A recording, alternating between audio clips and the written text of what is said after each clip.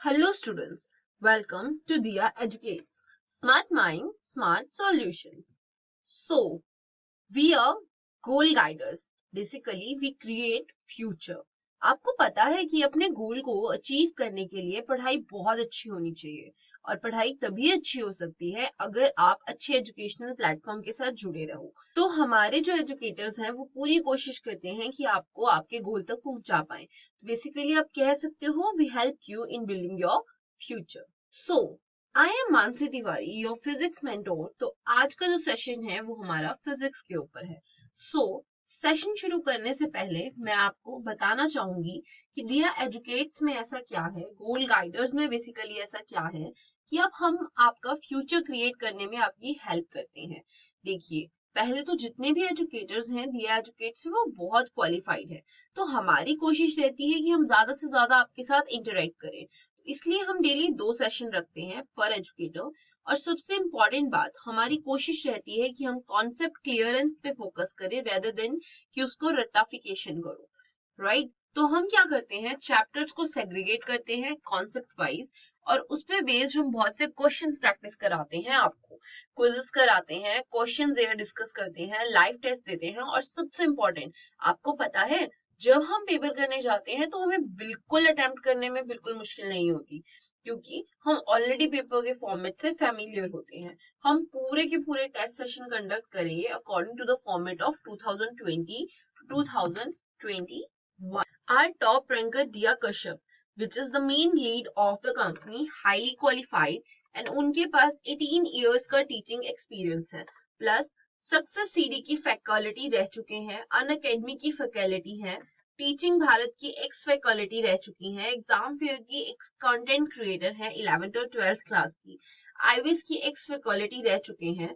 Basically the profile of दिया Kashyap is very good. हमने ये किया है कि साइंस के साथ साथ और भी सब्जेक्ट्स की आपको नॉलेज दे पाए। सो बेसिकली हमारी टीम में है other than me Kajal ma'am, Shalu ma'am, Sadhana ma'am and Nishu ma'am. हमारी कोशिश है कि आप अपने गोल अचीव कर पाए। करना बस ये है कि टेलीग्राम ऐप डाउनलोड करने and fill the above link given there and then you will join directly to our group that is दिया जेम। एंड ये ग्रुप हमने बेसिकली अपने प्यारे बच्चों के लिए बनाया है। दिया जेम का मतलब है basically you are precious like gem to us. Let's start our lecture today. So we are starting with class 9 science chapter 10 gravitation part 2।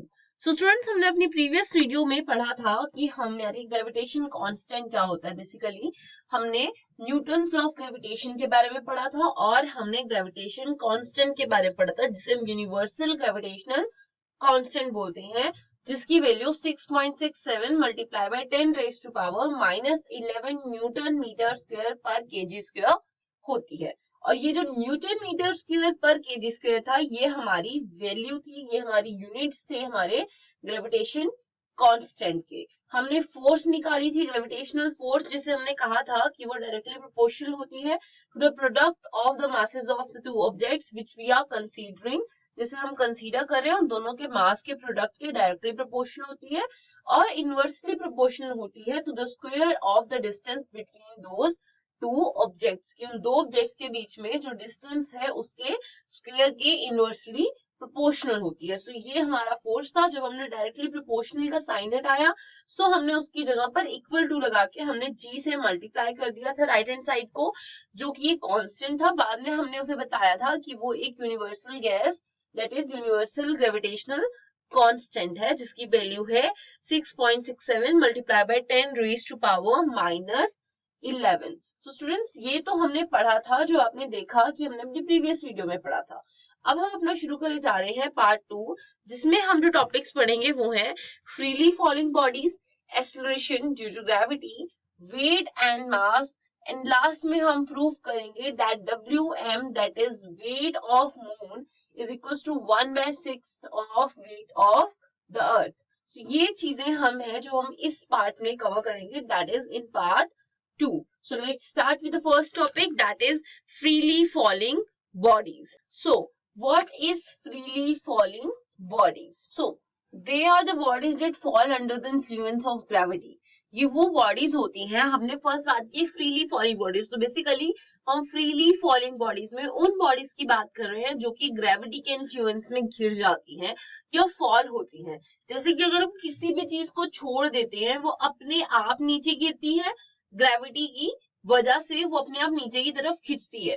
जैसे कि अगर आप जंप कर देते हैं, किसी भी आप पायलट से किसी भी चीज से जा रहे हैं और आप वहां से जंप करते हैं, तो आप इस तरीके से नीचे गिरेंगे, ग्रेविटी के अंडर में आप अपने आप नीचे जाएंगे, आपके ऊपर कोई फोर्स एक्सर्ट नहीं कर रही, सिर्फ ग्रेविटेशनल फोर्स लग रही है।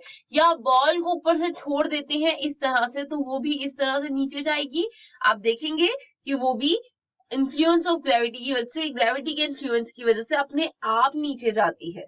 सो स्टूडेंट्स, बेसिकली यहाँ हम क्या देख रहे हैं कि ग्रेविटी की वजह से ये चीजें अपने आप नीचे जाती है। सो नेक्स्ट हम देख रहे हैं एग्जांपल की बॉल का, कि if you keep a ball on certain height due to any reason it falls down. तो हमने क्या देखा स्टूडेंट्स, कि आपने एक सर्टेन हाइट पे आप खड़े हुए, या तो आप कह लीजिए एक बिल्डिंग के ऊपर आप खड़े हुए हैं, या किसी आप रूफ टॉप पे खड़े हुए हैं, या किसी भी पहाड़ पे, या किसी भी आप हाइट पे खड़े हुए हैं और आपने एक बॉल को पकड़ा हुआ है।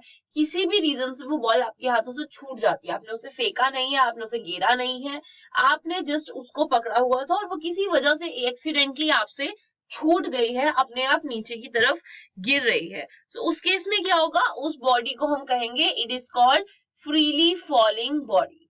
वो बॉल क्या बन गई, फ्रीली फॉलिंग, मीन्स वो अपने आप फॉल कर रही है, क्योंकि इस केस में वो बॉडी अपने आप मुंह नीचे आ रही है ड्यू टू ग्रेविटेशनल फोर्स। वो आपके हाथ से गिरी है, वो वहां पे रुकी नहीं, किसी और डायरेक्शन में नहीं गई, वो डाउन टूवर्ड्स द अर्थ आ रही है। दैट मीन वो ड्यू टू ग्रेविटेशनल फोर्स आ रही है, कोई भी एक्सटर्नल फोर्स उस पे अलोन एक्ट नहीं कर रहा। वो बॉल एकदम से छोटी है और ये बॉल आ रही है नीचे की डायरेक्शन में।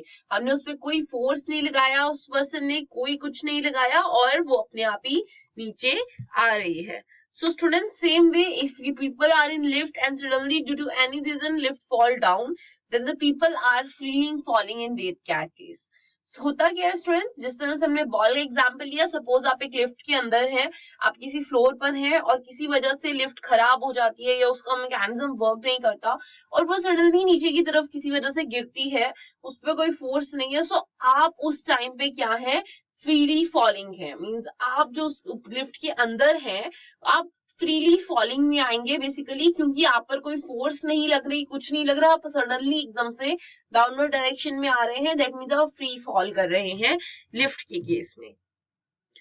सो स्टूडेंट्स, यहाँ से आपका फ्रीली फॉलिंग बॉडीज क्लियर होता है कि फ्रीली फॉलिंग बॉडीज कौन सी होती हैं। Now move on to acceleration due to gravity. What is acceleration due to gravity?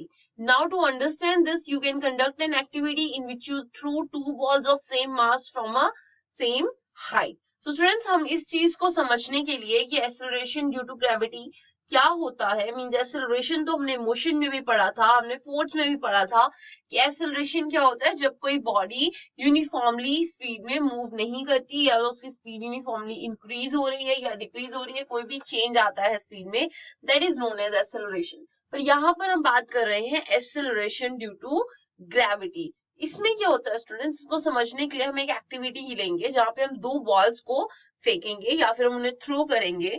उन दोनों बॉल्स का मास जो है वो सेम है, मींस अगर एक बॉल 2 kg की है तो दूसरी बॉल भी 2 kg की होगी, पर उनको हमने अलग अलग हाइट से फेंका है, मींस उनकी जो हाइट है वो डिफर कर रही है कि एक को अगर हमने 2 मीटर हाइट से भेजा है तो मतलब दूसरे को हमने 10 मीटर हाइट से भेज रहे हैं। सो हमने बेसिकली यहाँ पे एक केस कंसीडर किया जिसमें हमने 2 बॉल्स कंसीडर की हैं। So students, we will see that both fall at same time, and because the masses are same, therefore they fall almost at same time with certain acceleration. तो होगा students क्या कि वो दोनों ही बॉल्स जो हमने गिरी हैं वो सेम टाइम पर फॉल कर रही हैं, मींस एक ही टाइम पे वो गिरी हैं, क्योंकि मासेस जो है वो उनके सेम है। तो होगा क्या स्टूडेंट्स कि वो दोनों बॉल एक ही टाइम पे नीचे आएंगी, एक ही टाइम पे फॉल करेंगी, therefore they fall almost at the same time with certain acceleration. दोनों ही सेम टाइम पे फॉल करेंगे, बस उनकी एक्सेलरेशन में डिफर हो जाएगा, दोनों की एक्सेलरेशन होगी कुछ जिसकी वजह से वो नीचे की तरफ गिर रही होंगी, एक कांस्टेंट स्पीड नहीं होगी स्टूडेंट। वो स्पीड आप कभी नोटिस करना, जब आप एक बॉल को ऊपर से फेंकते हो उसकी स्पीड कम होगी, नीचे आते आते उसकी स्पीड बहुत ज्यादा हो जाती है, उसकी स्पीड इंक्रीज हो जाती है, दैट मीन्स कि वो रेस्ट से इंक्रीज पे आई, दैट मीन्स कुछ तो एक्सेलरेशन हुई होगी, that acceleration is known as acceleration due to gravity, क्योंकि यहाँ पर ग्रेविटी एक्ट कर रही है, हमने कोई फोर्स नहीं लगाई है, जिस वजह से यहाँ पे फोर्स वाली एक्सेलरेशन नहीं है, वो एक्सेलरेशन ग्रेविटी की वजह से, that is acceleration due to gravity. Now we throw one lighter and one heavier ball from same height. अब हमने क्या किया, हमने एक लाइट बॉल को ऊपर से फेंका है और एक हैवियर बॉल को फेंका है। पिछले केस में हमने सेम मास की बॉल्स दी थी, इसलिए उनका जो फॉल टाइम था, फॉलिंग टाइम, वो सेम था। यहाँ पर हमने एक लाइटर बॉल ली है, जैसे कि आप देख सकते हैं यहाँ पे इस पर्सन के हाथ में एक बॉल सी है जो कि छोटी है और एक बॉल है जो कि हैवी है। तो ये दोनों को हमने एक सेम हाइट से फेंका, मीन्स एक स्मॉल थी एक बिग थी, और दोनों की हाइट हमने सेम ली है ग्राउंड पर पहुंचने की। इसे भी नीचे आना है और इसे भी नीचे आना है। Then we notice that the heavier one falls first, कि जो आपकी हैवियर बॉल है वो जल्दी नीचे आएगी as compare to the lighter ball, and due to more mass the acceleration produced in both is also different. ज्यादा मास होने की वजह से इन दोनों के बीच में जो एक्सेलरेशन प्रोड्यूस हो रहा है वो भी डिफरेंट प्रोड्यूस हो रहा है, क्योंकि इनके मासेस में बहुत ही ज्यादा फर्क है। सो हम यहाँ से क्या नोटिस करते हैं दैट अगर हम दो बॉल्स को फेंकेंगे जो कि डिफरेंट मासेस की हो, तो वो सेम टाइम पे फॉल नहीं करेंगी, वो उनके मासेस पर डिपेंड करता है। Both the balls fall at same time independent of their masses with same acceleration, means कि अगर हम दो बॉल्स को थ्रो करते हैं, उनका अलग अलग मासेस हैं, वो दोनों सेम टाइम पे फॉल हो रहे हैं, उनकी एक्सेलरेशन है, तो उन दोनों में जो टाइम है वो सेम होगा, पर नीचे आने में उनका गैप जो है वो हो जाएगा कि दोनों की एक्सेलरेशन हो जाएगी, सेम एक्सेलरेशन होगी, उनके मासेस के इंडिपेंडेंट। सो बेसिकली स्टूडेंट्स यहाँ पे हम ये चीज पढ़ते हैं कि हमारा जो एक्सेलरेशन है वो मासेस से किसी चीज पे डिपेंड नहीं कर रहा, वो जो है बेसिकली आपका सेम रहता है, आपकी एक्सेलरेशन सेम रहती है, वो एक कांस्टेंट है जो चेंज नहीं करती, क्योंकि ग्रेविटी चेंज नहीं होती तो उसकी एक्सेलरेशन भी चेंज नहीं होगी, चाहे आपका मास कोई भी हो, उस दोनों पे ही वो एक्सेलरेशन उतनी ही वर्क करेगी। सो हमें यहाँ से इन दो एक्टिविटीज से हमें क्या पता लगता है, वी कंक्लूड टू थिंग्स, हमें दो चीजें पता लग रही हैं, that is the acceleration produced in freely falling bodies is just due to gravity, कि आपकी जो एक्सेलरेशन प्रोड्यूस हो रही है फ्रीली फॉलिंग बॉडीज पे, कि जिन पे आपने कोई फोर्स नहीं लगाई और वो जस्ट नीचे की तरफ गिर रही हैं, तो उस केस में जो आपकी बॉडीज नीचे आ रही हैं वो ड्यू टू ग्रेविटी की वजह से आ रही हैं, जो ग्रेविटी एक्ट कर रही है। कोई भी एक्सटर्नल सोर्स नहीं है, कोई भी एक्सटर्नल बाहरी कोई फोर्स नहीं लग रही है, कोई कुछ नहीं लग रहा, कोई धक्का नहीं दे रहा, वो अपने आप गिर रही है due to gravity. So therefore वो जो एक्सेलरेशन वहां पे प्रोड्यूस हो रही है, उस एक्सेलरेशन को हम बोलते हैं एक्सेलरेशन ड्यू टू ग्रेविटी। हम क्या बोलते हैं, एक्सेलरेशन ड्यू टू ग्रेविटी। अब हमारी जो सेकंड थिंग जो हमें पता लग रही है वो ये पता लग रही है कि एक्सेलरेशन ड्यू टू ग्रेविटी है वो इंडिपेंडेंट ऑफ मासेस है, कि मास कितना है, क्या है, छोटा है, बड़ा है, क्या है, वो उस पर डिपेंड नहीं करता, कि आपकी acceleration due to gravity independent of mass है, मींस आपका मास कुछ भी हो, आपकी एक्सेलरेशन ड्यू टू ग्रेविटी की वैल्यू हमेशा सेम रहने वाली है। Now we came to the third point, हमें तीसरी चीज क्या पता लगी है, this acceleration due to gravity in air or in any other medium becomes different due to the reasons of resistance caused by the medium.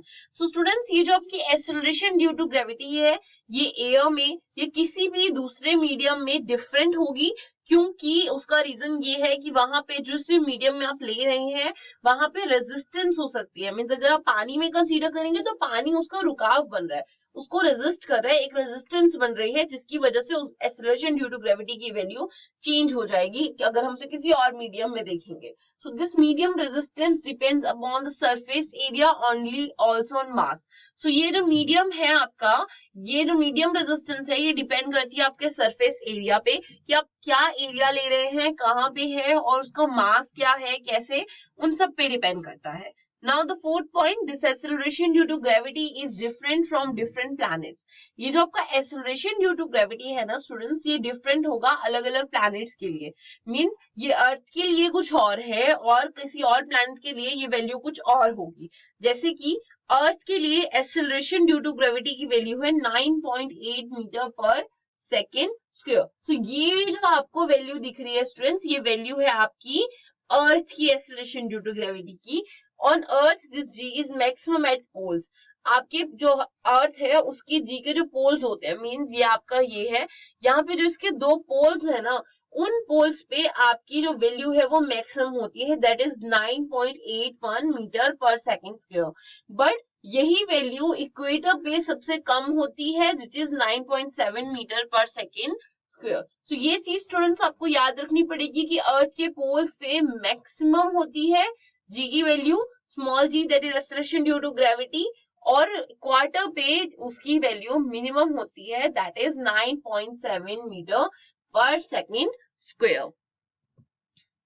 अब हम derive करेंगे स्टूडेंट्स हमारी जी की वैल्यू। जो हमने देखा कि हमारे पास जी का एक्सप्रेशन क्या, जी की वैल्यू क्या आई है, 9.8 metre per second square at the poles and at the equator it is 9.7 metre per second square. So अब बेसिकली जी की वैल्यू तो पता लग गई, पर जी कैसे हम डिराइव करते हैं हम वो देखेंगे। सो स्टूडेंट्स हमें पता है कि हमें फोर्स क्या होती है, हमारी force is equal to mass into acceleration होती है, जैसे कि हमने प्रीवियस चैप्टर में पढ़ा था। सो यहाँ पर जो आपकी एक्सेलरेशन है हम उसे क्या बोल रहे हैं, एक्सेलरेशन ड्यू टू ग्रेविटी। तो यहाँ से आपकी फोर्स जो आपकी ग्रेविटेशनल फोर्स कह लीजिए या कोई भी फोर्स जो लग रही है ग्रेविटी की वजह से, वो क्या लग रही है, mg, जो आपकी एक फ्रीलिंग फॉलिंग बॉडी की या किसी भी बॉडी को फॉल कर रही है उस पे ये फोर्स तो लगेगी लगेगी, that is acceleration due to gravity. So ये आ गई आपकी फर्स्ट इक्वेशन। नाउ आपको पता है स्टूडेंट्स कि आपका फोर्स क्या होता है, आपने अपनी प्रीवियस वीडियो में देखा था कि आपका फोर्स क्या होता है, force is equals to G that is gravitational constant multiply by mass of the product of two bodies divided by the distance between them, square of the distance between them. So ये आ गई आपकी second equation. From 1 and 2 means इन दोनों equation से हमें क्या पता लगता है, अगर मैंने इक्वेट करते हैं, that is mg is equals to G capital M small M upon D, और ये जो M capital M small M है ये आपके दोनों मासेस का प्रोडक्ट है, जो कि दोनों ऑब्जेक्ट्स के मासेस हैं, और जो आपका डी है वो आपको उन दोनों के बीच का डिस्टेंस है। यहाँ से स्टूडेंट्स एम एम से कैंसिल हो जाएगा, सो यहाँ से आपके पास जो आंसर आएगा that is g is equals to capital G that is gravitational constant mass of one object and d square. So यहाँ पर जो आपका ये कैपिटल एम है ये आपका मास ऑफ द अर्थ है, क्योंकि स्टूडेंट्स आपने यहाँ पे जो मास लिए हैं दैट इज स्मॉल एम, आपका एक ऑब्जेक्ट का मास है जो गिर रहा है, तो उस पर जो फोर्स लग रही है दैट इज एम जी। पर आपका जो कैपिटल एम है वो आपकी फोर्स है दो ऑब्जेक्ट मींस अर्थ और उस ऑब्जेक्ट के बीच का, तो वहां से आपका जो जी हो जाता है दैट इज जो आपकी एक्सेलरेशन ड्यू टू ग्रेविटी किस पे डिपेंड कर रही है, आपके ग्रेविटेशनल कांस्टेंट पे, मास ऑफ द अर्थ पे, एंड जो आपका डिस्टेंस है दैट इज ऑब्जेक्ट और आपकी अर्थ के बीच का डिस्टेंस, जिसे आप ये बोल सकते हैं it is the distance between object and earth, और अगर ऑब्जेक्ट पास में है सो ये आर भी हो सकता है। तो हम यहाँ क्या सपोज कर रहे हैं स्टूडेंट्स, हम ये केस भी लेंगे, ये सो आ गई आपकी इक्वेशन थर्ड, जिसमें आपने बोला कि आपका जी जो है small ji that is acceleration due to gravity, वो इक्वल है ग्रेविटेशनल कांस्टेंट के multiply by mass of the earth divided by d square that is distance between the two objects, that is object and the earth. अब हम क्या करेंगे, let an object be on और near the surface of earth. अब हम एक object ले रहे हैं अर्थ के सरफेस के पास में, या तो अर्थ के सरफेस पर ही ले रहे हैं। सो यहाँ पर जो आपका डिस्टेंस d है दैट इज दिस डिस्टेंस, वो इक्वल टू r हो जाएगा। सो क्या होगा स्टूडेंट्स, हम यहाँ क्या ले रहे हैं, लेट एन। अब स्टूडेंट्स इस तरह से ये स्टेटमेंट एग्जाम में लिख के आएंगे, आपको ऐसे ही लिखनी पड़ेगी वरना आपके मार्क्स जो है वो डिडक्ट हो सकते हैं। सो आपको इसे प्रॉपर आंसर को लिखना होगा।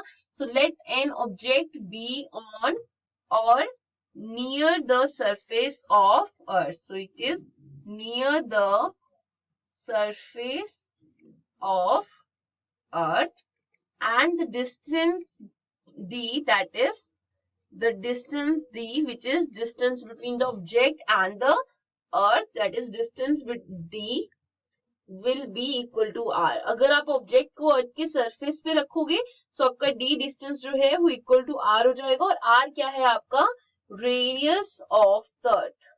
सो आपका r क्या है, रेडियस ऑफ अर्थ, ये आपके अर्थ का रेडियस है। तो यहाँ से जब आप इसे r लिख देंगे तो आपका आंसर क्या आएगा, आपकी ये वाली जो इक्वेशन है दैट इज जो आपने, अगर ये इक्वेशन आप इसे 4 लीजिए और इसे आप 3 लीजिए, तो आपकी इक्वेशन 3 क्या बन जाएगी, mg equals to capital G masses, it's masses of the product and it is divided by r square. यहाँ से m से कैंसिल हो गया, सो स्टूडेंट्स देयरफॉर आपको क्या मिल जाता है, G is equals to capital G m upon r square.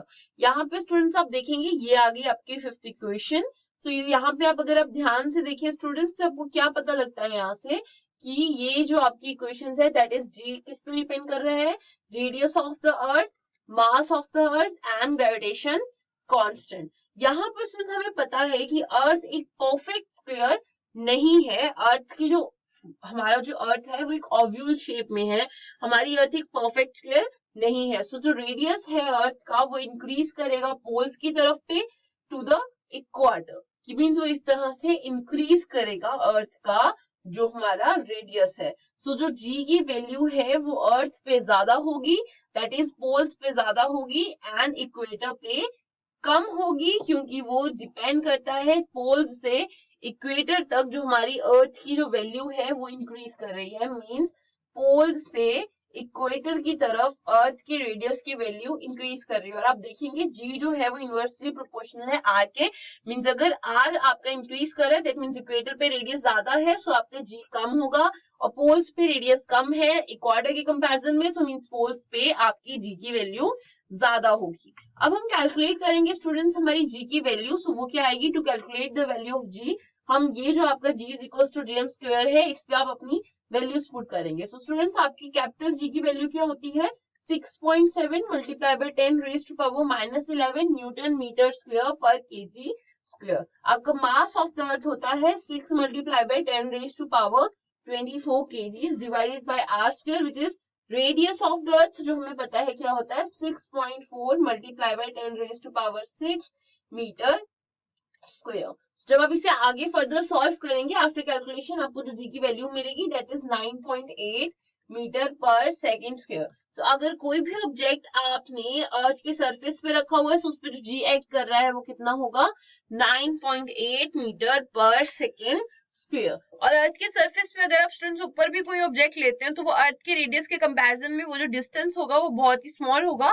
तो हम उस थोड़े से डिस्टेंस को निग्लेक्ट करके हम उसे अर्थ के रेडियस के इक्वल ही ले सकते हैं, क्योंकि अर्थ के रेडियस के कंपैरिजन में कोई भी ऑब्जेक्ट जो फ्री फॉल कर रहा है उसका डिस्टेंस बहुत ही कम होगा. So we can define G. अब हम G को कैसे डिफाइन कर सकते हैं, बेसिकली G जो है वो एक एक्सेलरेशन है जो प्रोड्यूस होती है जब भी कोई बॉडी फ्री फॉल करता है. और फ्री फॉल हमने अब तक क्या समझा है स्टूडेंट्स, हम पढ़ चुके हैं फ्री फॉलिंग बॉडीज कौन सी होती हैं. तो यहाँ से हमें जो G का फॉर्मूला मिला है वो क्या मिला है, Gm अपॉन r स्क्वायर. वहां जहां पर आपका G जो है वो ग्रेविटेशनल कांस्टेंट है, m आपका मास ऑफ द अर्थ है and r is the radius of अर्थ. तो स्टूडेंट्स यहाँ से आपके G की वैल्यू क्या आ गए, Newton metre square per KG square multiply by mass of the earth that is in kgs and multiply by r square. So r square students यहाँ पे क्या है आपका, दैट इज इन मीटर. सो यहाँ पे ये आ जाएगा मीटर स्क्वायर. तो यहाँ से आपका मीटर स्क्वायर से कैंसिल हो जाता है स्टूडेंट्स, और आपका जो केजी है वो आपका 1 केजी से कैंसिल हो जाता है. सो ये आपकी वैल्यू क्या आई, न्यूटन केजी. सो यहाँ से आपकी वैल्यू क्या आ गई, न्यूटन केजी. सो न्यूटन स्टूडेंट्स आपको पता है न्यूटन को आप कैसे लिख सकते हैं, KG metre per second square. और ये आपका आ गया केजी. सो केजी कैंसिल से हो गया. सो ये आपकी वैल्यू बेसिकली क्या आ गई, metre per second square. That is ये जो बची हुई वैल्यू है ये आपकी आ गई G की value, that is metre per second square. अब स्टूडेंट्स जो हमारा ये होता है दैट इज हमारा यहाँ से जो मास है वो भी एक स्केलर क्वांटिटी है, रेडियस भी एक स्केलर क्वांटिटी है. आपकी जो G ग्रेविटेशनल कांस्टेंट है वो एक फोर्स पे डिपेंड करता है, बट वो भी एक स्केलर क्वांटिटी है क्योंकि उसकी वैल्यू सेम रहती है. बट आपका जो स्मॉल G होता है ना स्टूडेंट्स, ये आपकी एक वेक्टर क्वांटिटी होती है क्योंकि always down towards the earth act करता है G. तो G की एक डायरेक्शन है, उसकी एक वैल्यू है, that means it is a vector quantity because it has both magnitude as well as direction. तो इसका मैग्नीट्यूड भी है एज वेल एज डायरेक्शन भी है. सो इसलिए ये एक वेक्टर क्वांटिटी है. उसकी वैल्यू क्या है, अर्थ पे G की वैल्यू है 9.8 मीटर पर सेकेंड स्क्वायर, जैसे कि हमने कैलकुलेट किया है. इन द सेम वे अगर हम उसका मून पे कैलकुलेट करें, सो मून पे जो G की वैल्यू है that is 1.63 metre per second square. So G की वैल्यू मून पर 1.63 मीटर पर सेकेंड स्क्वायर है एंड अर्थ पे उसकी value 9.8 metre per second square है। अब स्टूडेंट्स हम प्रूव करेंगे acceleration due to gravity on moon is 1/6 of that on earth, कि आपकी जो एक्सेलरेशन ड्यू टू ग्रेविटी है मून पर, that is G on moon is 1/6 of earth, that is it is 1/6 of GE. So students basically हमें इस चीज को prove करना है, that is acceleration due to gravity on this moon। ये जो आपको मून गिवन है इसकी ये 1/6 है acceleration of gravity of the earth. So students अब हम इसका प्रूफ सॉल्व करेंगे। सो प्रूफ के लिए हम फर्स्ट एक साइड पे लेंगे हमारे अर्थ का केस एंड नेक्स्ट साइड पे हम लेंगे मून के लिए। सो स्टूडेंट्स फर्स्ट हम अर्थ की बात करते हैं। अगर हम अर्थ का मास लेते हैं, सो मास ऑफ अर्थ क्या है, 6 multiply by 10 raise to power 24 kgs and mass of moon क्या है, mass of moon is 7.4 multiply by 10 raise to power 22 kgs। अब हम रेडियस देखते हैं। So students radius of the earth क्या है, radius of earth is 6.4 multiply by 10 raise to power 6 metre and students आपका radius of moon क्या है, radius of moon is equal to 1.7 multiply by 10 raise to power 6 metres. So students आपकी जो ये value है, ये तो आपका रेडियस आ गया। अब हम बात किसी कर रहे हैं एक्सेलरेशन ड्यू टू ग्रेविटी। सो आपकी जो एक्सेलरेशन ड्यू टू ग्रेविटी है वो अर्थ के लिए क्या है, 9.8 मीटर पर सेकेंड स्क्वायर, और आपकी जो एक्सेलरेशन ड्यू टू ग्रेविटी है मून के लिए वो है आपको निकालनी है, या फिर आप कह सकते हैं आपको पता भी है वो क्या है, आपको गिवन है। सो ये आपकी आ जाती है स्टूडेंट्स, इसको आप कैलकुलेट कर सकते हैं बाय GMR स्क्वायर। तो आप इसके लिए कैलकुलेट करेंगे स्टूडेंट्स, तो ये क्या आएगी, आपका G क्या है 6.67 multiply by 10 raise to power -11, आपका मास क्या है 7.4 multiply by 10 raise to power 22 divided by the radius square, that is 1.7 multiply by 10 raise to power 6 square. तो जब इसको फर्दर सॉल्व करेंगे ये आएगी 1.63 मीटर पर सेकेंड स्क्वायर, और ये तो आपको पता ही है स्टूडेंट्स वैल्यू करती है कि आपने पिछले अभी कैलकुलेट की थी, ये आपका 9.8 मीटर पर सेकेंड स्क्वायर आता है। सो ये आपकी जी की वैल्यू आ गई, ये आपकी आ गई इसकी वैल्यू। सो यहाँ से अब आप करेंगे, अब आपको निकालना क्या है, आपको जीएम निकालना है कि आपका जो एक्सेलरेशन ड्यू टू ग्रेविटी है on moon is 1/6 of acceleration due to earth. So यहाँ पर ग्रेविटी आप GM upon g basically calculate करेंगे। सो ये क्या आएगा 1.63 divided by 9.8, so it is nearly equal to 1/6। जब आप इसे करेंगे ये नियरली इक्वल टू 1/6 आएगा जब आप इसे एक्सपैंड करेंगे। तो बेसिकली यहाँ से हमें क्या पता लगता है कि आपकी acceleration due to gravity of moon, acceleration due to gravity of moon is 1/6 of acceleration due to gravity on earth. So basically ये हमने प्रूव कर दिया, hence it is proved that acceleration due to gravity on moon is equals to 1/6 of acceleration due to gravity on earth। So friends अब हम एक question solve करेंगे। It's not a type of question, एक तरह का ये आपका theoretical question है कि अगर आपका if a planet existed whose mass was twice that of earth, कि अगर आपका एक planet है कोई भी यूनिवर्स में, उसका जो आपका मास है वो अर्थ के मास का ट्वाइस है, दैट मीन्स कि अर्थ के मास से डबल है, उसका जो रेडियस है वो 3 टाइम्स दैट ऑफ अर्थ है, तो आपकी एक्सेलरेशन ड्यू टू ग्रेविटी क्या होगी उस प्लैनेट पर। सो फर्स्ट हम स्टूडेंट्स अर्थ लेंगे कि हमें अर्थ में क्या गिवन है, देन हम मून लेंगे। तो स्टूडेंट्स अगर हम अर्थ की बात करें तो उन्होंने क्या बोला है कि आपका जो मास है अर्थ का, अगर आपका अर्थ का मास m है, सो आपको क्या बोला गया स्टूडेंट्स, वो जो प्लैनेट है दैट इज आप मून की जगह पे, यहाँ पे सॉरी स्टूडेंट्स आप वो प्लैनेट लेंगे, that is planet. So planet का आपको क्या दिया गया, अगर अर्थ का मास m है तो उसका मास क्या है, twice of the earth, that is 2m। अब आप बात करेंगे उसके रेडियस की, तो उन्होंने क्या बोला है, जो अर्थ का रेडियस है उससे वो 3 टाइम्स है। सो अर्थ का रेडियस r है तो उनका रेडियस क्या है 3r। सो बेसिकली स्टूडेंट्स उनके रेडियस में इतना ही फर्क है। नाउ हम बात करते हैं स्टूडेंट्स हमारे जी की, that is acceleration due to gravity. तो एक्सेलरेशन ड्यू टू ग्रेविटी जो अर्थ पे है वो 9.8 मीटर पर सेकेंड स्क्वायर है स्टूडेंट्स, जैसे कि हम जानते हैं। सो अगर स्टूडेंट्स हम इस केस में हम ये देखते हैं कि आपकी दैट इज हमें पता है जी क्या है, आपका जी की वैल्यू हम कैसे निकालते हैं, G M upon are square. तो यहाँ पे हमें एक्सेलरेशन ड्यू टू ग्रेविटी जो है आपकी प्लैनेट पर वो निकालनी है, फाइंड आउट करनी है। इसका हम फॉर्मूला यूज करते हैं, that is GM upon are square. So यहाँ से वैल्यू क्या आएगी, आपका जी मास क्या है, अर्थ के मास से आपका ट्वाइस हो गया, दैट इज 2m, और जो आर स्क्वायर है वो क्या हो गया, 3r स्क्वायर। तो यहाँ से आपका आंसर क्या हो जाता है, G2m अपॉन 9r स्क्वायर। सो स्टूडेंट्स यहाँ से अब हम जब निकालेंगे, दैट इज फर्स्ट हम जीपी लेंगे जो हमें कैलकुलेट करना है अपॉन जीई। सो हम इसे देखेंगे, ये क्या आएगा आपका, जीपी क्या है, G2m upon 9r square, and जो आपका जीई है स्टूडेंट्स वो आपका डिवाइड हो रहा है। तो यहाँ पर जब वो मल्टीप्लीकेशन में आएगा सो वो उल्टा हो जाएगा, दैट इज आपका न्यूमरेटर डिनोमिनेटर बन जाएगा, डिनोमिनेटर न्यूमरेटर बन जाएगा। सो ये आ जाएगा आपका R square upon G M. तो यहाँ से जी से कैंसिल हो गया, एम से हो गया, एंड आर स्क्वायर से। तो ये क्या आ गया, 2/9। सो देयरफॉर यहाँ से जीपी क्या आ गया, gp is equal to 2/9 of ge. So students अगर आप यहाँ पे देखेंगे कि आपका ये जी है, ये आपका 9.8 है, जस्ट फॉर कैलकुलेशन आप इसे अप्रोक्सीमेटली 10 ले लीजिए। तो यहाँ पे जब इसे मल्टीप्लाई करेंगे 10 से, तो ये आ जाएगा 20/9 मीटर पर सेकेंड स्क्वायर। तो ये आ गई आपकी जीपी की value, that is acceleration due to gravity की आ गया आपका 20/9 metre per second square on the planet. Now students हमें दी गई है 3 इक्वेशन ऑफ मोशन, जो हमें पता है क्या होती है हमारी, हमने अपने previous that is motion chapter में पढ़ा था कि हमारी 3 इक्वेशंस ऑफ मोशन क्या होती हैं। First is v is equals to u plus at, the second is s equals to ut plus half at square, and the third one is v square is equals to u square plus 2as। तो students अब हम क्या करेंगे, ये जो हमारी 3 equation of motion हमें दी गई है ना, इनमें हम पुट करेंगे कुछ वैल्यूज।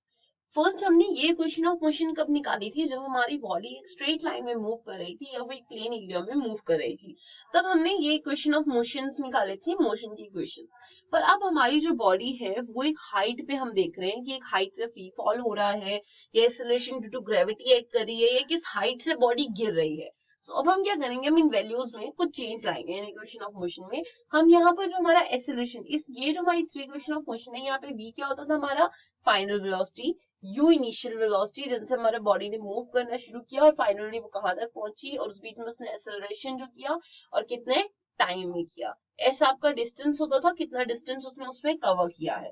अब हम क्या करेंगे, हम यहाँ पे हमारी जो एक्सेलरेशन है उसकी जगह पे हम एक्सेलरेशन ड्यू टू ग्रेविटी कर देंगे, that is g, and in this s, ये जो आपका s है वो आपका h बन जाएगा हाइट, कि उसने कितना यहाँ पे डिस्टेंस ट्रेवल किया है, यहाँ पे उसने कितनी हाइट उसने ट्रेवल की है, and the a is acceleration due to gravity. So हम यहाँ पर ये वाले दो चेंज लेके आएंगे बेसिकली, जहां से हमारी इक्वेशंस ऑफ मोशन बनेंगी। तो अब हम देखते हैं हम इन्हें कैसे बनाएंगे।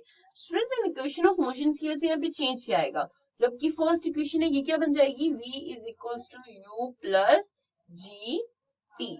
सेकेंड क्या बन जाएगी, h equals to u t plus half g t square, and next is v square is equals to u square plus 2gh। तो ये स्टूडेंट्स आपकी 3 इक्वेशंस बन गई एक्सेलरेशन ड्यू टू ग्रेविटी, और इनको चेंज करने से या क्या है ग्रेविटेशन के अंडर में आपकी ये 3 इक्वेशंस आ गई। सो स्टूडेंट्स अब हम इनसे रिलेटेड कुछ क्वेश्चन सॉल्व करेंगे फर्दर, और हम देखेंगे उन क्वेश्चंस को हम कैसे सॉल्व करते हैं, इक्वेशंस का यूज हम कैसे करेंगे। The first question is, a ball is thrown vertically upwards with velocity of 49 meter per second. Calculate the maximum height attained and the total time it takes to return to the surface of earth. So basically students इस question में आपको क्या बोला गया, आपने एक ball है आपके पास, उनसे आपने अपवर्ड डायरेक्शन में वर्टिकली थ्रो किया एक वेलोसिटी से, that is 49 metre per second. आपको बताना उसने ये कितनी मैक्सिमम हाइट अटेन करी होगी, मींस ये वाला जो आपका डिस्टेंस है, एंड द नेक्स्ट इज कितना टाइम उसे लगेगा अर्थ पे वापस आने में। सो स्टूडेंट्स बेसिकली आपने बॉल को इस स्पीड से भेजा है, एक सर्टेन हाइट पे जाके वो नीचे आएगी, जो सर्टेन हाइट पे उसकी वेलोसिटी जाके 0 हो जाएगी, उसके बाद वो फिर नीचे आ जाएगी। टाइम टेकन जो है वो डबल लगा, जितना टाइम इसे एक बार जाने में लगा वो कैलकुलेट करके उसको 2 से मल्टीप्लाई करेंगे, उतना ही टाइम से वापस आने में लगेगा। सो जो टाइम आपका निकलेगा उसका हम डबल कर देंगे, एंड आपकी मैक्सिमम हाइट हम आगे निकालते हैं। सो स्टूडेंट्स इस क्वेश्चन में बेसिकली हमें क्या गिवन है, हमें u गिवन है, that is 49 metre per second. v आपका 0 है, दैट इज फाइनल वेलोसिटी 0 है, क्योंकि आपका जो वो ऊपर एक पॉइंट पे जाके बॉल नीचे आ जाएगी। आपका जो t टाइम है वो आपको कैलकुलेट करना है कि उसे कितना टाइम लगा ऊपर जाने में, और आपको हाइट भी कैलकुलेट करनी है। सो फर्स्ट स्टूडेंट्स जो हम कैलकुलेट कर रहे हैं इसमें, that is the distance. So distance हमारा क्या आएगा, हम डिस्टेंस निकालेंगे हमारा v square is equals to u square plus 2g h से। यहाँ पर स्टूडेंट्स जो हमारा g है उसकी वैल्यू हमेशा कांस्टेंट रहेगी, that is 9.8 metre per second square. तो हम वैल्यूज पुट करेंगे, v हमारा 0 है, u हमारा 49 है, so that is 49 square plus 2 multiply by 9.8 multiply by h। अब स्टूडेंट्स यहाँ पे एक चीज का चेंज है, ये तुमने जनरल लिख दिया, मैंने आपको पहले इसलिए नहीं बताया था कि जब हम क्वेश्चन में इस चीज को समझते हैं तो हमें जल्दी याद रहती है। जी की वैल्यू स्टूडेंट्स डिपेंड करती है मोशन कैसा है आपका ऑब्जेक्ट का, उस पर जी की वैल्यू पॉजिटिव नेगेटिव होती रहती है। हमें पता है कि हमारा जो जी है वो हमेशा इस डायरेक्शन में एक्ट करता है, means downward towards the earth, कोई भी चीज नीचे गिरती है। सो जब हम कोई भी चीज को नीचे की तरफ गिरते हैं तब तो हम जी की value 9.8 metre per second square लेते हैं, पर जब हम किसी वैल्यू को, अब किसी भी बॉल को, किसी चीज को, हम जी की value -9.8 metre per second square लेते हैं, और ये माइनस सिर्फ इसलिए क्योंकि हमारा जो मोशन है वो ऑपोजिट डायरेक्शन में है। सो यहाँ पे जो जी की वैल्यू आएगी वो माइनस आएगी, सो ये जो हमने लिया है ये भी हम माइनस में लेंगे, so it is -9.8 multiply by 8। So students यहाँ से आपका ये क्या आ गया, जब आप इसे ओपन करेंगे दैट इज आपका ये आ जाएगा 0 इज इक्वल्स टू 2401। जब आप 49 का स्क्वायर करेंगे so it is 2401 minus 19.6 h।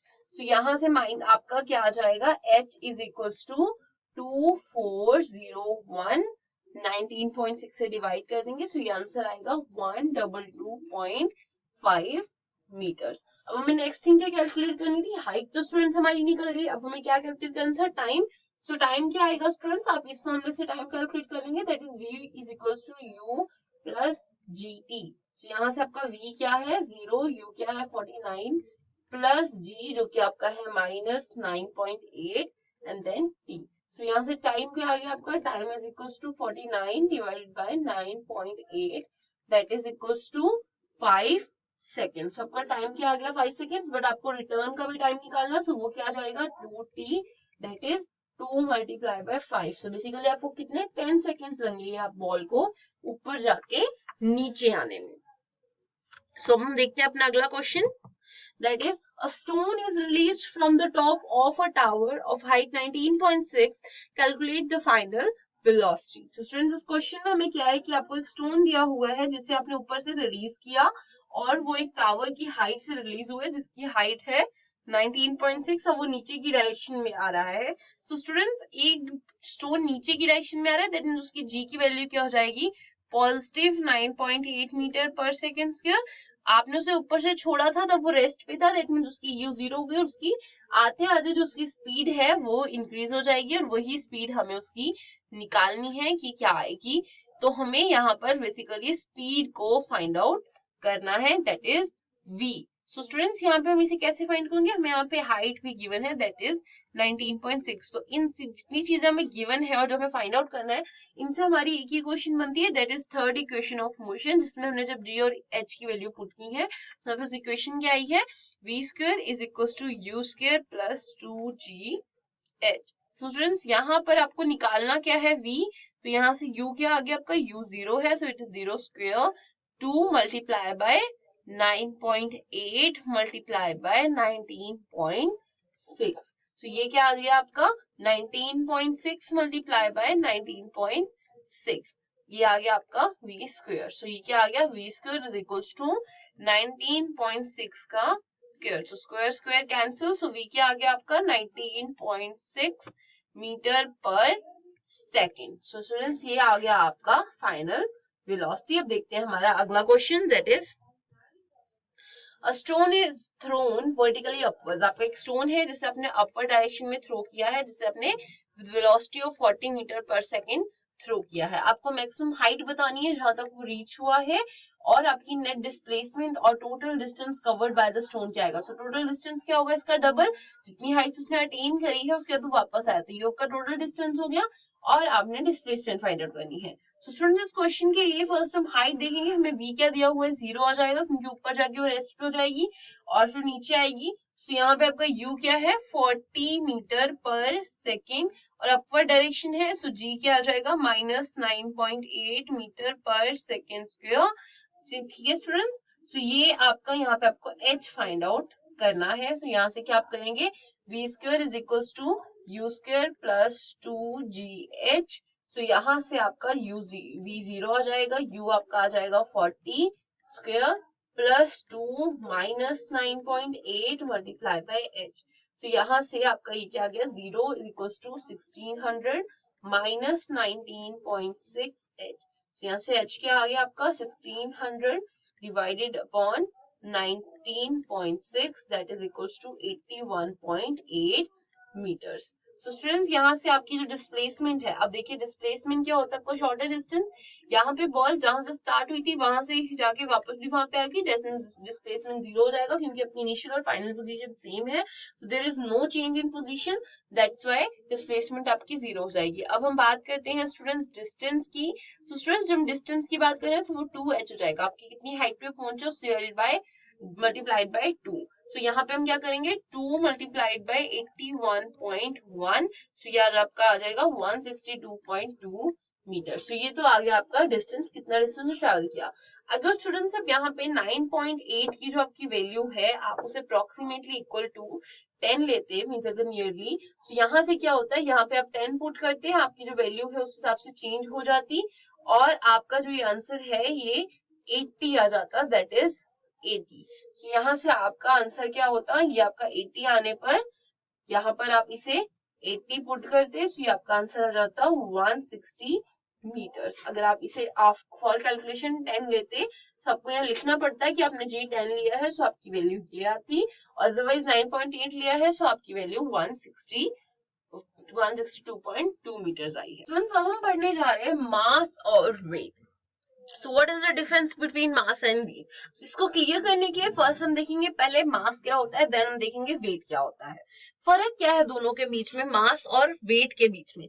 तो बेसिकली मास क्या है, मास एक क्वांटिटी है मैटर की जो उस बॉडी के अंदर होता है, मींस एक पर्टिकुलर बॉडी के अंदर क्या क्या है वो उसका मास है। और जो मास है ना स्टूडेंट्स वो कभी भी चेंज नहीं होता, किसी भी बॉडी का मास जो होता है वो कहीं पर भी कभी चेंज नहीं हो सकता, चाहे वो आप किसी भी जगह पे लो, बॉडी को कहीं पे भी खड़ा कर दो, पानी में हवा में, मास कैन नेवर चेंज। सो उसकी थिंकिंग है मास कैन नेवर चेंज। सो मास जो है वो एक बॉडी के अंदर का मैटर होता है कि कितनी क्वांटिटी ऑफ मैटर उसके अंदर है, और जो उसका फॉर्मूला होता है that is mass is equal to quantity of matter, and जो इसके यूनिट्स है, अगर आपका मास ज्यादा है तो आप उसे केजीज में लेते हैं, और अगर स्मॉलर यूनिट है वो आपकी ग्राम्स है, जहां पे आपका 1 kg is equal to 1000 grams होता है। और अगर स्टूडेंट्स हम वेट की बात करें, सो वेट है वो एक फोर्स है जो अर्थ अट्रैक्ट करती है बॉडी को, मींस कि मास तो एक बॉडी का कभी चेंज नहीं होता जो उसके अंदर की क्वांटिटी है ऑफ मैटर है, बट वेट क्या है, वेट एक फोर्स है, वो फोर्स जो अर्थ को अपनी तरफ अट्रैक्ट करती है। अर्थ किसी भी बॉडी को अपनी तरफ अट्रैक्ट करते टाइम जो फोर्स लगाती है ना, that force is known as weight. कि हमारे ऊपर जो अर्थ है वो कितना दिखा रही है, मीन्स हमारे मास को आप gravitational acceleration due to gravity से मल्टीप्लाई कर दें, सो वो आपका वेट आ जाएगा। सो बेसिकली वेट का फॉर्मूला क्या होता है, वेट का फॉर्मूला होता है mass multiply by g, where g is the acceleration due to gravity and mass तो हमारा सेम ही रहता है, तो जी से मल्टीप्लाई करके हमारा वेट आ जाता है कि हमारा वेट क्या है, जो हर जगह पे चेंज होता है।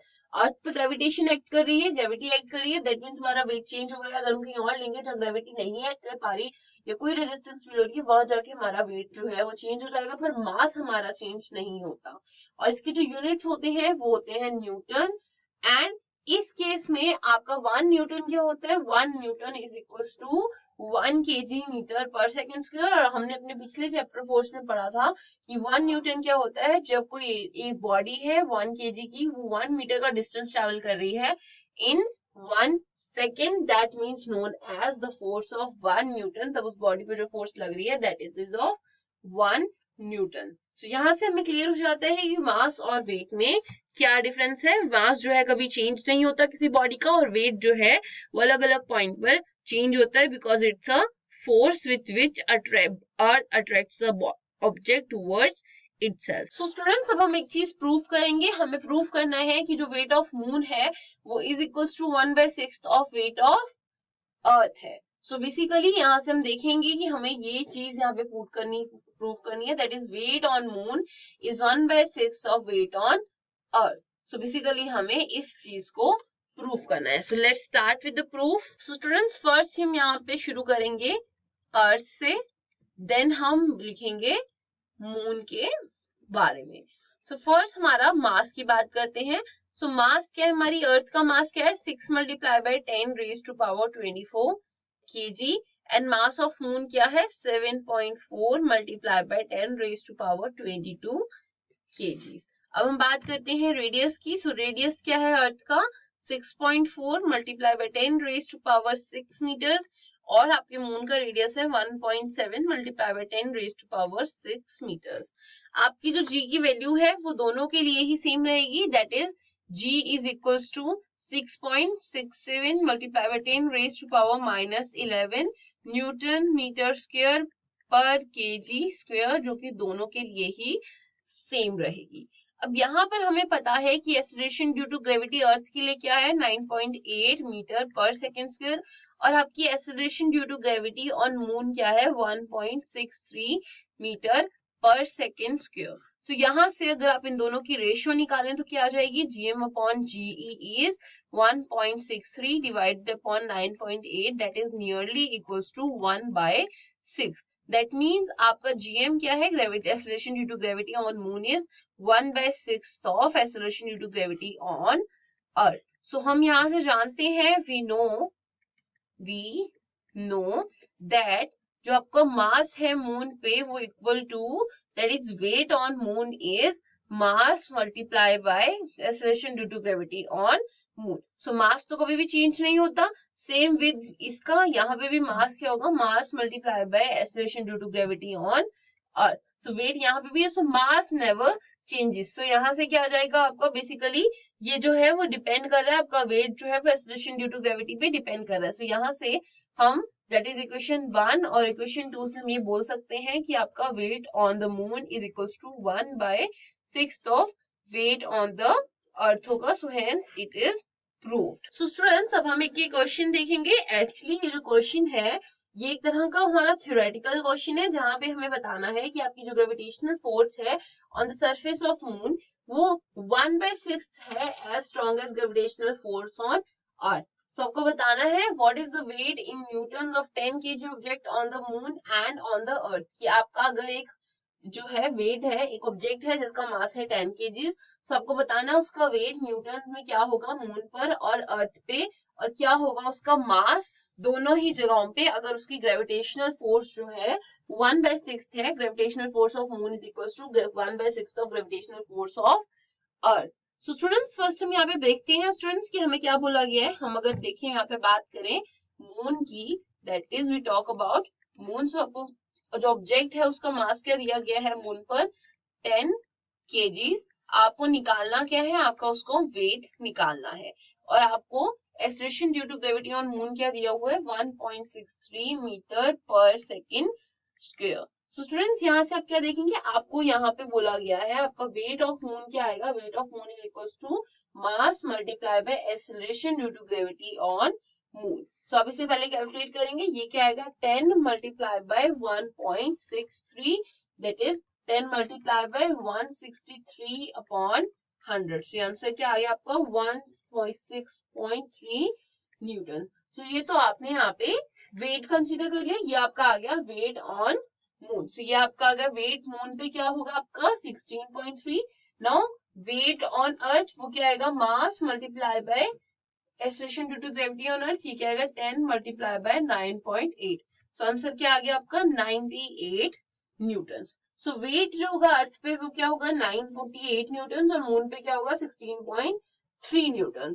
तो स्टूडेंट्स यहाँ से आपका ये हो गया, और जो मास है, आपने भी वेट पूछा था, तो वेट आपका आ गया न्यूटन्स में कि आपका 10 kg ऑब्जेक्ट का जो वेट है वो मून पे और अर्थ पे क्या होगा। अगर हम मास की बात करें, सो मास विल बी कांस्टेंट, जो मास होता है वो हमेशा सेम रहता है। तो आपका जो मास है दोनों ही जगहों पर वो 10 kg ही रहेगा। So mass will be same because वो कांस्टेंट होता है सब जगहों पर, तो इसलिए मास जो है आपका वो सेम रहेगा। और स्टूडेंट्स ये जो आपको फर्स्ट स्टेटमेंट दी गई है, that is gravitational force on the surface of moon is 1/6 strongest gravitational force on अर्थ। तो ये स्टूडेंट्स आपको कंफ्यूज करने के लिए दिया हुआ है। इस चीज की हमें यहाँ पर कोई भी जरूरत नहीं है इस क्वेश्चन को सॉल्व करने के लिए, जस्ट फॉर कंफ्यूजन दिया हुआ है कि आपको कंफ्यूज करने की। सो स्टूडेंट्स यहाँ से अब हमने इतना सब कुछ पढ़ लिया, that is weight, mass, acceleration due to gravity, acceleration due to gravity on earth and moon, and इन सारी चीजों के फर्दर फ्री फॉलिंग बॉडीज। तो हमें यहाँ इन सब चीजों से क्या पता लगता है, बेसिकली अब लास्ट में जो हमारे पास एक टॉपिक बचता है, that is gravitational force, applications of gravitational force, कि ग्रेविटेशनल फोर्स की एप्लीकेशन की हम कहाँ कहाँ उसे देख सकते हैं अपनी जनरल लाइफ में। So it leads to formation of tides. जो टाइड्स की फॉर्मेशन होती है ना, जब लहरें बनती है, आपने देखा होगा पानी में एकदम से लहरें बनती है, वो भी फॉर्मेशन होती है ग्रेविटेशनल फोर्स की वजह से। Second is it hold atmosphere place, जो हमारा एटमॉस्फेयर है हर जगह पे उसको एक प्लेस पे होल्ड करता है हमारी gravitational force. It keeps the moon in orbit around earth और earth in orbit around the sun. ये जो है वो हमारी जो ग्रेविटेशनल फोर्स है, ये मून को अर्थ के अराउंड ऑर्बिट में रखती है और अर्थ को सन के अराउंड ऑर्बिट में रखती है। Due to gravitational force moon हमेशा अर्थ के अराउंड रिवॉल्व करता है और अर्थ सन के अराउंड रिवॉल्व करती है। The fourth is it brings the rain back to earth after evaporation. Evaporation की प्रोसेस जब ऊपर को उठती है, सो यही ग्रेविटेशनल फोर्स है जो बारिश के पानी को अर्थ पे वापस लेके आती है, क्योंकि ग्रेविटेशनल फोर्स नहीं होगी तो पानी ऊपर ही चला जाएगा या किसी और डायरेक्शन में चला जाएगा, इसी की वजह से वो डाउनवर्ड डायरेक्शन में आती है। It helps keeping the feet on ground and much more. ये हमें हमारे पैरों को जमीन से जुड़े रहने में, कि हम जमीन पर ही चले, उसमें हेल्प करती है। और भी बहुत चीजें हैं जिनमें हमारी ग्रेविटेशनल फोर्स हमारी हेल्प करती है। So basically gravitational force is very important to us and इसकी हमारी डेली लाइफ में बहुत एप्लीकेशंस है। ग्रेविटेशनल के फोर्स के बिना हम शायद कुछ भी नहीं कर सकते थे, इसी की वजह से हमारी बहुत ऐसे फिनोमेना है जो ग्रेविटेशनल फोर्स के कॉन्सेप्ट पे रिजॉल्व है। So with this we came to an end of this video. So I hope you like it. So if you like the video, hit the like button, share the video with your friends. If you haven't subscribed the channel till now और आपको video अच्छा लगा है, तो you can subscribe the channel and don't forget to hit the bell icon for the further notifications. So me, Mansi, signing off. We'll meet in the next video with a new session. Till then, take care. Bye-bye. So you can follow us on Instagram, Twitter, YouTube, Facebook.